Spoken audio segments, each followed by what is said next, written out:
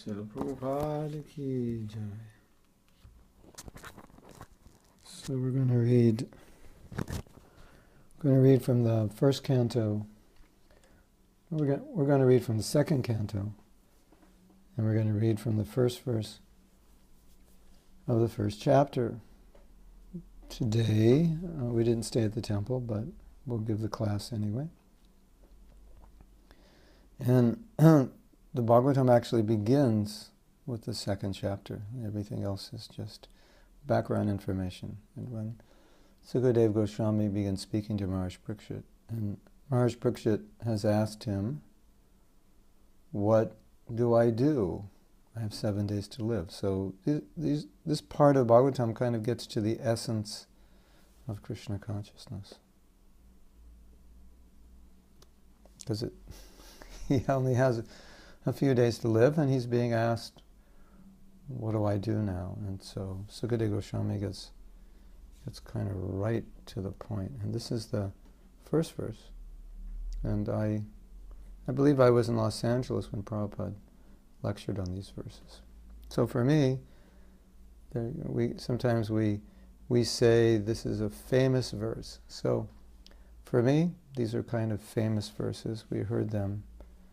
And the lectures were recorded every day, and they were available. So we got to hear the lecture in the morning, and by the evening or the next day we had the recordings, which for those days was quite amazing because it was all cassette. For you today, that's not quite amazing because you can record the class. Anyway, this is second canto, chapter 1, text 1. Sri Sukha Uvacha Varyan Eshate Prashna Kritaloka Hitam Rapa Atmavit Samata Pungsam Shrotavyadhishuya Para. Sri Sukadev Uvacha, Sri Sukadev Goswami said, Varyan, glorious, Esha, this, te, your, Prashnaha, question, Kritaha, made by you, Lokahitam, beneficial for all men, Nripa, O king, Atmavit, transcendentalist, Samataha, approved, Pungsam, of all men, Shrotavya Adishu, in all kinds of hearing, Yaha, what is, Padaha, the supreme, translation. So Maharaj Parikshit has asked Sukadeva Goswami what he should do, and right now Sukadeva Goswami is replying about the glory of the question itself. Sri Sukadeva Goswami said, my dear king, your question is glorious because it is very beneficial to all kinds of people. The answer to this question is the prime subject matter for hearing, and it is approved by all transcendentalists. So, like sometimes someone will ask a question and you'll say, that's a great question. So Sukadeva Goswami is acknowledging not only is it a great question, but it is the question, and the answer to the question will be beneficial for everyone. In other words, everyone should be asking this question, even though everyone doesn't have 7 days to live, still 7 or 70 or 700 or 7,000, everyone should be asking this question. That's the idea. Okay, so let's read the purport. I'll read the translation again. My dear king, your question is glorious because it is very beneficial to all kinds of people. The answer to this question is the prime subject matter of hearing, and it is approved by all transcendentalists. In other words, the question you asked and the answer, that's what people are supposed to be asking, and that's what people are supposed to be hearing about. It's not only hearing, the prime subject for hearing. Purport. Even the very question is so nice that it is the best subject matter for hearing. Simply by such questioning and hearing, one can achieve the highest perfectional stage of life. Because Lord Krishna is the original, supreme person, any question about him is original and perfect. Lord Sri Chaitanya Mahaprabhu said that the highest perfection of life is to achieve the transcendental loving service of Krishna. Because questions and answers about Krishna elevate one to that transcendental position, the questions of Maharaj Parikshit about Krishna philosophy are greatly glorified. Maharaj Parikshit wanted to absorb his mind completely in Krishna, and such absorption can be effected simply by hearing about the uncommon activities of Krishna.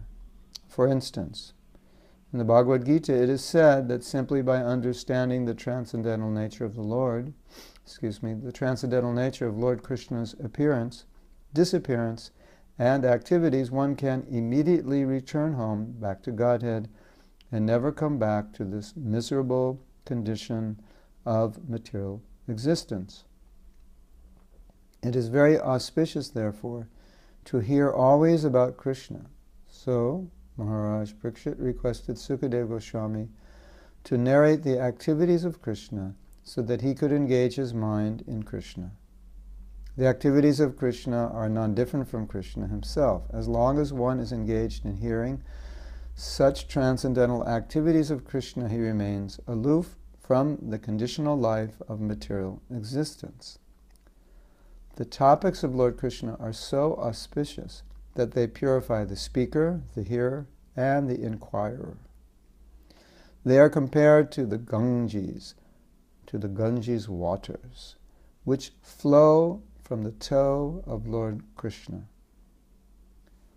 Wherever the Ganges waters go, they purify the land and the person who bathes in them. Similarly, Krishna Katha, or the topics of Krishna, are so pure that wherever they are spoken, the place, the hearer, the inquirer, the speaker, and all concerned become purified. So Sukadeva Goswami is glorifying Parikshit Maharaj because of the purifying power of hearing about Krishna. Also because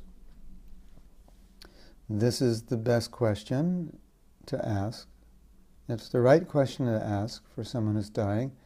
Then in the verse, the translation, it actually says it's the right question for everyone to ask. Even if you're not on the cusp of death, still it's the right question. And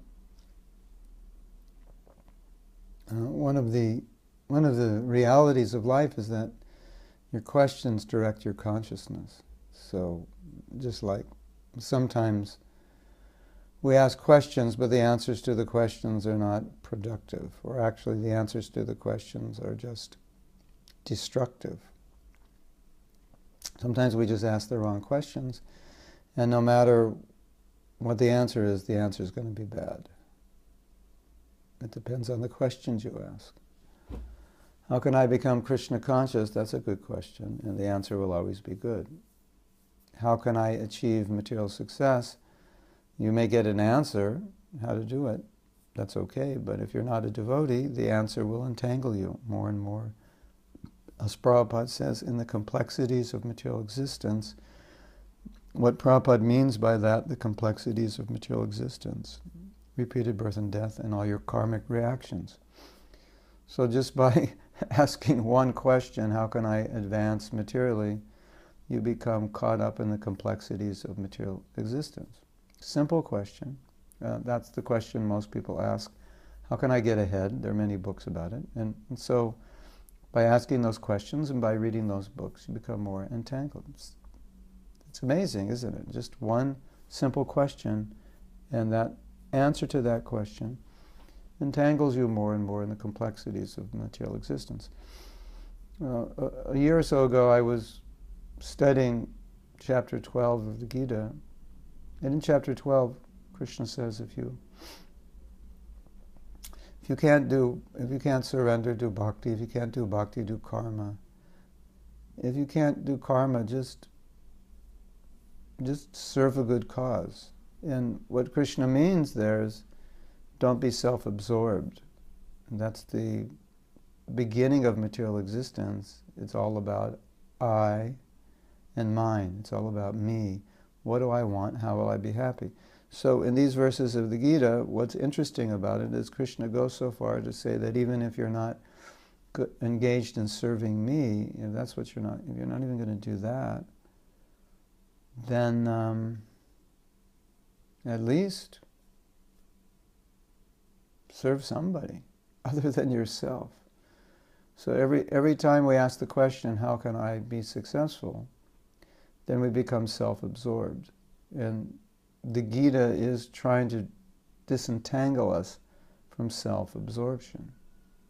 And therefore Krishna says, somehow or other, if you can't serve me, if you can't give up fruitive results to me, even if you can't do that, give up the fruitive results, give it up to somebody, do something for somebody else. So it's interesting, if we think about all the literature in the world which is aimed at material advancement, it's all about how can we make life more comfortable, how can I become more comfortable, how I can become more happy. So the questions we ask then absorb us more material existence. They fuel the fire that's already burning. How can I be happy? That's the big question, isn't it? How can I be happy? So I am the center. That's the problem. So questions are interesting, and you can understand the level of a person's intelligence or the level of their consciousness by the questions they ask, isn't it? And just like sometimes in our preaching work, we'll meet somebody and they have questions about why I'm here, what is existence for? And we're really pleased to hear that, because it's so rare that anyone even cares, isn't it? That it's so rare that people are even thinking that way. If you look at history and the great philosophers in the past, they all dealt with these questions. That's what life was meant for. They understood that. But nowadays, these questions people aren't so concerned with these ultimate questions. Even in the world of spirituality, you'll see it's very much colored by how can I be happy, how can I feel good, how can I use my spirituality to promote my material life, to get ahead. So it's very, very much contaminated with the wrong consciousness, and the wrong consciousness then breeds the wrong questions, isn't it? So let's go and look at some of the things Prabhupada's saying here.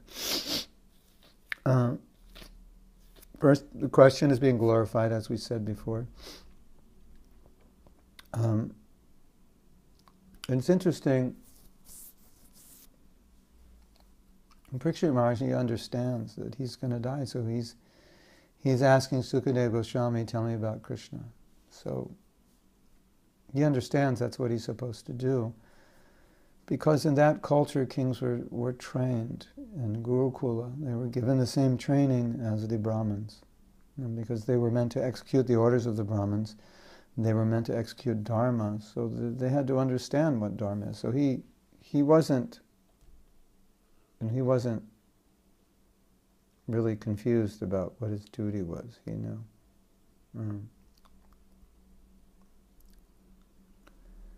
And Sukadeva Goswami, he also knew the answer. He also knew what to do. So often Prabhupada says, it's not just that you have someone who can speak, but you have to have someone who can hear. That both are required. Unfortunately, sometimes people want to hear, but they don't have anyone who can speak. Or unfortunately, as we often know, we can speak, but we don't always have people who can hear, because to find someone interested in Krishna consciousness is not common.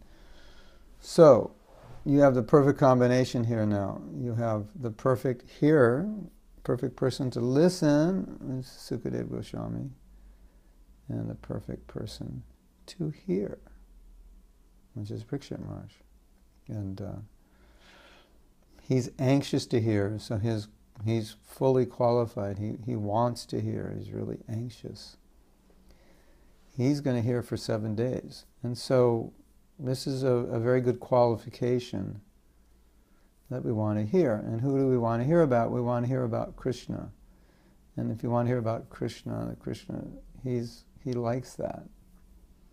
And Prabhupada said, and Bhagavatam says that if you want to hear about Krishna, because he likes that, he helps you. He sees that you're interested.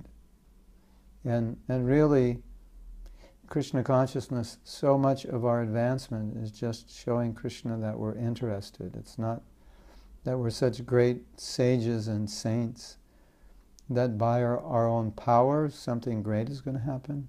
But when you show Krishna you're interested, and you make some effort, then Krishna comes to your rescue. And that's how the process works. Not so much by your own power, not so much by your own intelligence, not so much by your own spiritual purity, but it becomes more by your interest or your desire.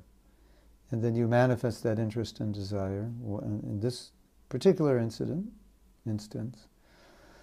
it's by being anxious to hear. And because being anxious to hear shows Krishna that you're anxious to advance. Otherwise, why would you want to hear? You want to learn the process, you want to learn how to advance, you want to learn how to become purified. So you want to hear. And Prabhupada tells the story that he always liked to hear from his spiritual master. That was one of his favorite activities. And he said that when it was time, or he was recommended for initiation, and Srila Bhaktisiddhanta Saraswati Thakur said, yes, I've noted that he likes to hear. So he noted that was a very good sign that he wanted to hear, because if you want to hear means you want to learn, it means you want to advance, it means you want to apply Krishna consciousness. So on that basis he said yes. He wants to hear, that's very good. And I think I told the story before, maybe I just told it yesterday, about, or maybe I told it in another class that wasn't recorded. And Srila Prabhupada was in Vrindavan, and Srila Bhaktisiddhanta was there, and he was hearing from him. And then, at a certain point, they were going to do a parikrama to visit the temples of Vrindavan, and Srila Bhaktisiddhanta, at the same time, was not going, but at the same time he was going to continue speaking. So, devotees were given the option, you can go on the parikrama, or you can continue hearing Srila Bhaktisiddhanta Saraswati Thakur. So Prabhupada, his immediate spontaneous thought was, I'll stay and hear from him. And then he said also something interesting, that when they went on the parikrama to see the different deities, that Srila Bhaktisiddhanta Saraswati Thakur said that, what will they see with their eyes? But first you must hear. And by hearing you can see. So you'll just see the deity, you'll see marble, or you'll see metal.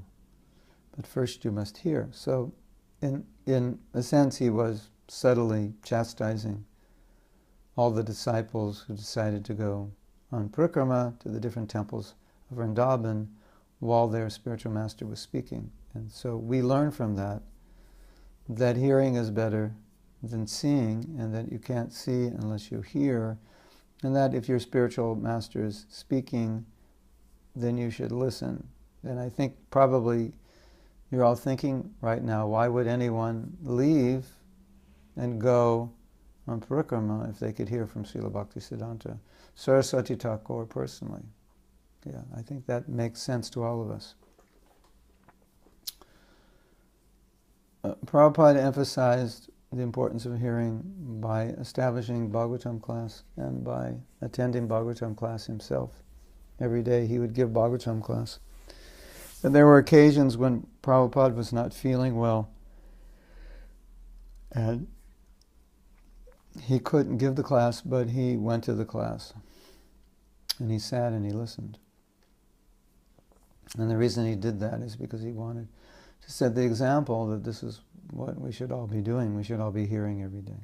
And it's very, very important. It's one of the most important processes in Krishna consciousness. And if every spare moment you have, you open one of Prabhupada's books, or you read something or discuss something, it's a very good sign of Prabhupada. Even in lectures, maybe even a lecture on this verse, he talked about that. He was actually joking with the devotees. He said, when you get spare time, you should read, you should chant. He said, but when you get spare time, you sleep. So being a little sarcastic, but often true. So he was just saying that hearing is so valuable, don't waste your time in hearing other things and discussing other things. There's so many things you can discuss, yes, which actually have absolutely no benefit. They're interesting, what did Trump do? What did Hillary do? It's all interesting. Okay, you can get your 3 minutes just to keep up with it, satisfy your curiosity. And everything they say and do will only confirm what Bhagavatam says leaders in Kali Yuga will say and do. Anyway, so in that sense you can confirm the Bhagavatam. But to be too much absorbed in these things is not recommended. So, last point Prabhupada's making here, which is so important, how he's just explaining why not only hearing about Krishna shows Krishna that you're interested, but the vibration of Krishna Katha, it's a much different vibration than anything else. The vibration of Bhagavatam, it's so different. Even if you don't even understand it, even if you're just hearing it in Sanskrit, the vibration is so pure that the example was given here, that it's like the Ganges. And just like wherever the Ganges go, it purifies the place, and water in general purifies.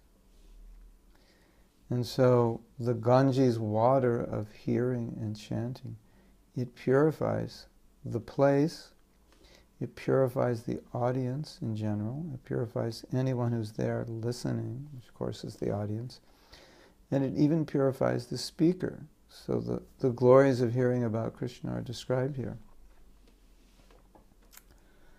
That everybody is benefited. And if we flip that idea on its head, then the news of this world contaminates the audience, it contaminates the place, and it contaminates the speaker. And now, you might say, really? Does it contaminate? Well, it definitely doesn't clean. Okay, at best we can say it's neutral. It doesn't clean, it doesn't contaminate. But in the absolute sense, it does contaminate, because those who are hearing and those who are speaking, their minds are absorbed in hearing about the activities of the material world. And those activities are under the influence of the modes of nature, and therefore those activities are contaminating. Yes, ultimately they are. It's contaminating to hear about activities of this world. It definitely is not inspiring. It's definitely not uplifting. It might be sometimes intellectually stimulating. That may be true. Some political discussions, why this, why that, yeah, that may be. And sometimes it may have relevance for the spreading of Krishna consciousness. So in that case, the relevance connects it to Krishna, and then it's not contaminating, even though we have to be, sometimes it is contaminating in and of itself, but it may have some relevance to Krishna consciousness, and something we may need to know, or something we can learn that will help us in our execution of our service. But still, it's mundane knowledge, it's material, it's the sound vibration of Bhagavatam, even though it may be hard to understand it for many people, even for us sometimes. Just that sound coming from the speaker, the Bhagavatam speaker, it's purifying everything. And the result of that is that you feel blissful, ecstatic, inspired. And Prabhupada said, when you're hearing the Bhagavatam, he said, when you're hearing the Bhagavatam, you're situated in the mode of goodness just by hearing. So, isn't it true that if you hear, just like now we're hearing, so now you can't get into any trouble. You can get into trouble after the class. You may have been in trouble before the class, but if you listen attentively during the class, you can't get into any trouble. You're actually becoming purified. And Prabhupada said also that if you're hearing Bhagavatam, no matter what your condition of life is normally, if you're hearing Bhagavatam, it situates you in the mode of goodness just by hearing. It automatically lifts you to Sattva Guna. That's a very easy way to get to Sattva Guna. And so Prabhupada's point is, hearing is the easiest and most effective way to be Krishna conscious, because when you sit down and hear, immediately your consciousness is elevated. You really don't have to do much. You just have to receive it. It's pretty easy, isn't it? You just receive it, and then the Ganges water of the hearing, of the vibration of the Bhagavatam, cleanses everything. The house, your heart, everyone who hears, the speaker gets cleansed. It's a win-win for everybody. Isn't it? It is. You agree, I know you do. Okay. And Prabhupada makes another point that any question you ask about Krishna, it's a perfect question. You can't ask a question about Krishna that isn't perfect. Because any question about Krishna, the answer is going to elevate you. So, it's any question you ask, hey, that's a perfect question. Why does Krishna do this? That's a perfect question. Why did Krishna do that? That's a perfect question. How do I become more Krishna conscious? That's a perfect question. Now, Prabhupada says here, Maharaj Parikshit wanted to absorb his mind completely in Krishna. And simply by hearing and chanting the uncommon activities of Krishna, you can become completely absorbed. So, Maharaj Parikshit, he knew that since I'm going to die, I need to become completely absorbed. And he's asking Sukadeva Goswami, just talk about Krishna. So, again, easy way to become absorbed in Krishna is to hear. You just open a book, you sit down and read. You don't have to do anything else and you're Krishna conscious. It's like really simple. You know, sometimes devotees say, well, the process of Krishna consciousness, it's difficult, it's hard, I'm struggling. And here, we're learning, we just sit down with Bhagavad Gita, Srimad Bhagavatam, Chaitanya Charitamrita, Nectar Devotion, any of Prabhupada's books. Or just put on a lecture, you just sit down and listen, you sit down and read, and you're Krishna conscious. That doesn't sound very difficult to me. You don't have to do anything.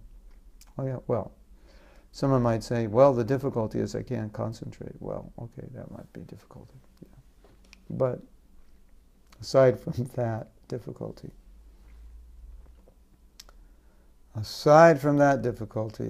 if you can actually get yourself to hear, then you immediately become Krishna conscious. Wow, is that easy or is that easy? You're right, it's easy. I'm just putting in the title here. SB 211. Yes? It's a nice verse, isn't it? You agree? Now, I think one of the most interesting things that I've found in Krishna consciousness is that although it's so easy to become Krishna conscious by hearing, a lot of devotees don't hear that much. We read, but we don't read that much about Krishna, unfortunately. So, find some, devotees say, well, it's kind of, dry philosophy, kind of boring. That even Prabhupada sometimes said that, yeah, dry philosophy. Okay, so, for the sake of discussion, dry philosophy, but when you hear regularly over a period of time, as you become purified, something happens, the dry philosophy becomes juicy philosophy. And you like to hear, and you want to hear more. And because what's happening is you're becoming Krishna conscious. So as you become Krishna conscious, everything about Krishna becomes attractive. And even simple things, things you've heard 100 times, they have their own relish, their own taste, their own special significance to you. Just like we're reading this verse. This verse and this purport is quite simple, actually. And you can tell by the nature of this class, it's quite simple. Not very deep philosophical, analytical, esoteric points are being made here. This is the beginning of the Bhagavatam, just basics. But I remember hearing, as I said, 1972, I heard these verses directly from Srila Prabhupada. And it was relishable for Prabhupada, who had been a devotee all his life, and he was speaking about it. It was relishable to him. So, and we're speaking about it now, and 50 years from now, you might give class and speak about it. And what you'll find is that as you advance in Krishna consciousness, everything about Krishna consciousness is relishable. And Prabhupada relished even simple verses that he knew well in Bhagavad Gita, Bhagavatam. It's the nature of it. So sometimes you have to work through the lack of attraction to come to the point of attraction. And maybe some of us are not so intellectual, we don't like to read. But at the same time, we should consider that hearing about Krishna, it's not just like ordinary reading. So it's different. That because as you advance in Krishna consciousness, the symptom will be that you like to hear anything. Just tell me anything. I like to hear about Krishna. I like to relish Prabhupada's words. Right? You agree that as you advance, it's not just a matter of being interested in the subject matter, but it's a matter that everything about Krishna is sweet. Just like sometimes Prabhupada would read his own books. He would say, read something to me. And they would say, where? What do you want me to read? And he would say, well, read anywhere, because it's like a sweet ball. Wherever you bite a sweet ball, any side is sweet. So you can read anywhere and it's sweet. So that's the idea. That when you're Krishna conscious, every verse is sweet, every word is sweet. And if you're not finding much attraction, then you have to just do it because it's purifying. And as you become purified, you'll find it sweeter, more relishable, and someday you will say, I can go on hearing and hearing more and more and more, unlimitedly. Yes, that's the idea. Okay, so I think I've covered everything in the purport. Yeah.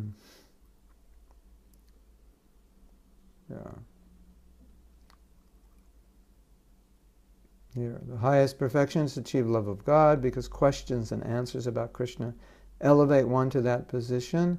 Questions of Maharaj Parikshit about Krishna are greatly glorified. These questions will help you develop love of Krishna. So, what more could you want than that? Absorbed.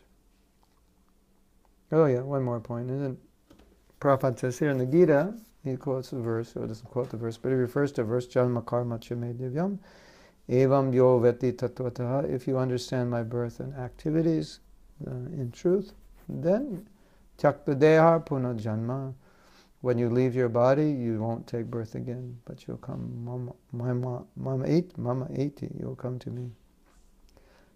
Janma karma cha me divyam, evam yo veti tattvataha, tyakta deha puna janma. Mamam takta deha punarjana.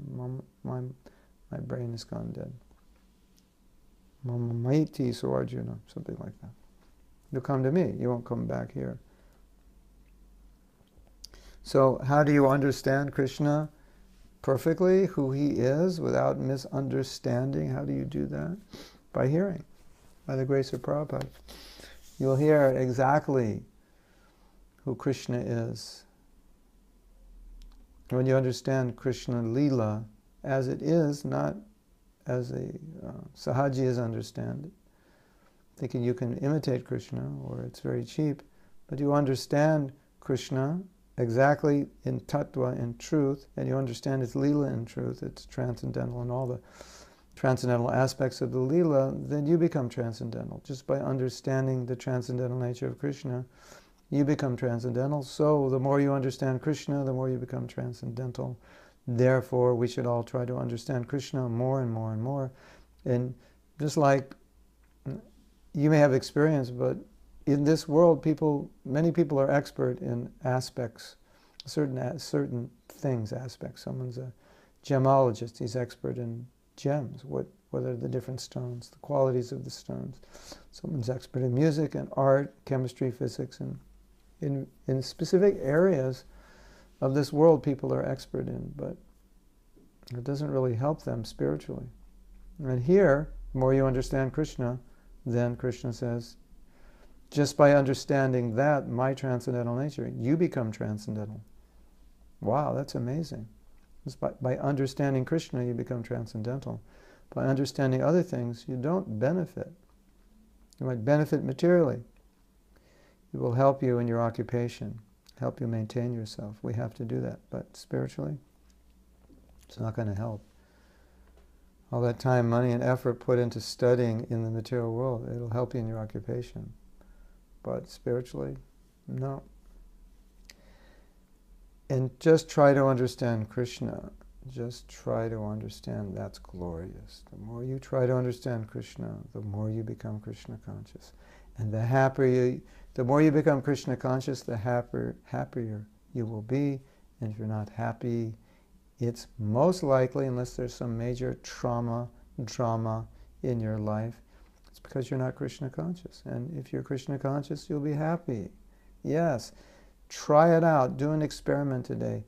Read, study, call up a friend and say, Prabhuji, I just read something. I have to tell you what I read. It's so exciting. I have to explain to you what I read. You read it, you hear it, explain it. And if there's no Prabhujis to explain it to, or Matajis, then explain it to the air. Speak to the walls. Explain it to anyone. Speak it to your dog, your cat, your baby, your son, your daughter. Speak it. Hear it and speak it. And you'll become happy. It's amazing. Just by hearing and speaking, you'll become blissful. You become satisfied.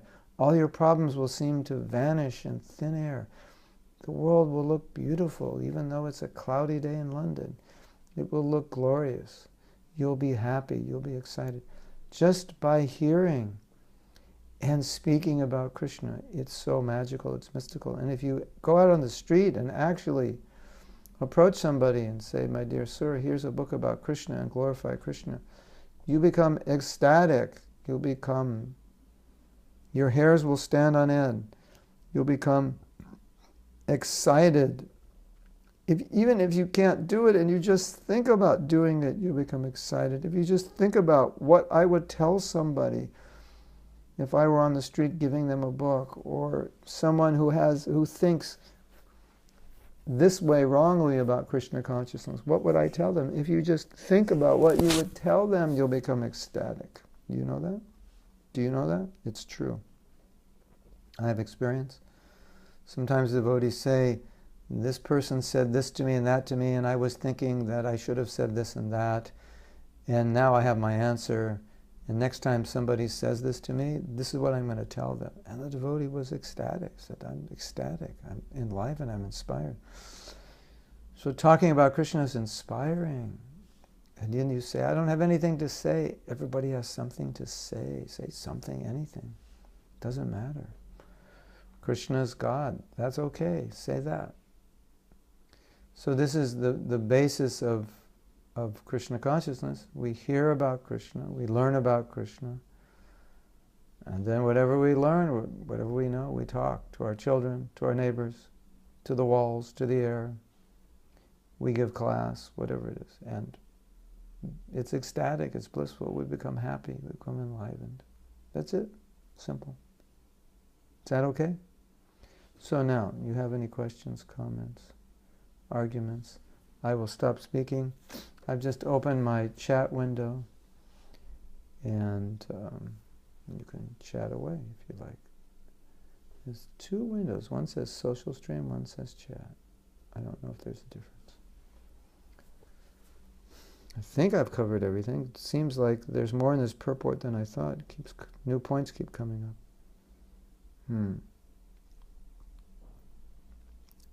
Yes. The question that Parikshit Maharaj answered, the answer could elevate you to the highest levels of Krishna consciousness. So what a question. I mean, is there a better, what better question than the question that elevates you to the highest levels of Krishna consciousness? Right? Is there any better question than that? And then Prabhupada says, the verse we quoted, yeah, and if you understand Krishna, you go back to Godhead. That's pretty good. It doesn't get much better than that, does it? And everybody gets to go, who's ever hearing, speaking, who's around there. And then Prabhupada says, as long as you're hearing, you'll remain aloof from conditioned life. So there's a way to protect yourself. Yeah, so then we could say now, well, what do you do if you're in Maya? What do I do? If I fall into Maya, what do I do? You hear about Krishna. That's it. You just hear. And then you say, but what if I'm in so much Maya that I don't even want to hear? Then the answer is suffer. That's your option. Your option is you can hear and get out of Maya, or you can suffer. Of course, you might say, I don't want to hear because I'm in so much Maya, I don't want to be Krishna conscious. Well, then what can we do? But making the assumption that you want to be Krishna conscious, then you just hear. You just read something every day. Read, discuss, think, write. Prabhupada said, write every day, write. Write your realizations. That means you're hearing, you're thinking, you're contemplating. That's the idea. That's Krishna consciousness. Yes? Okay. Right. It looks like there's no questions. So I think I'll end class here, if that's okay with you. And I guess we'll see you tomorrow, same time, same station. Hare Krishna. All glories to Srila Prabhupada.